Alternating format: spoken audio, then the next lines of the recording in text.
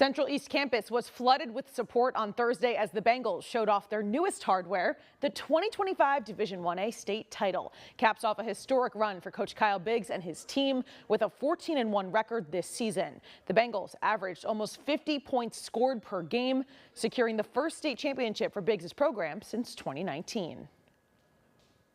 You know, sometimes you think you forget how to win, or it's against you. But this team was just able to find a way, and I was just really appreciative of them putting in the time and the effort, and letting us come together as a team and do something that is pretty special. It doesn't happen very often, so the fact that they get to win that championship and then get to celebrate it, it's cool to see these kids have some fun.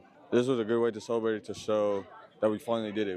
We finished the job. It was a weird feeling because last year, we lost, and it was just a little sad last year, and then this year it was just happy feelings, and it was just a great feeling.